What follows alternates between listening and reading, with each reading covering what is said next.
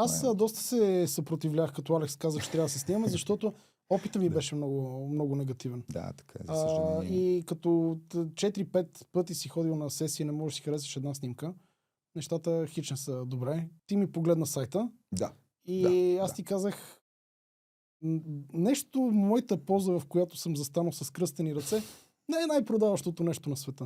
Сега за корпоративна бизнес фотография за мен е почти невъзможно да позирам човек с кръстосани ръце, освен ако няма точно определена причина. Да покажем, че той е ядосан или нещо не е наред в дадена ситуация. Кръстосаните ръце не са добър вариант. Нали, микрофона малко ми пречи, но да кръстосите ръце, да снимате ръцете по-скоро се пускат свободно до тялото и фотограф е този, който трябва да ви накара да спрете да мислите за тях. Защото знаете, че човек си пуска ръцете и почва да се чуди какво да прави.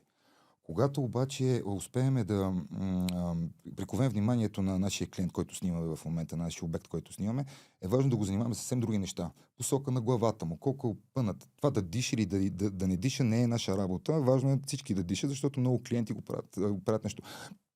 И не смеят да мръднат. Не, по-скоро трябва да си отпуснат, но да можеш да контролираш тялото си. Т.е. да знаеш всеки един мускул какво прави в даден момент.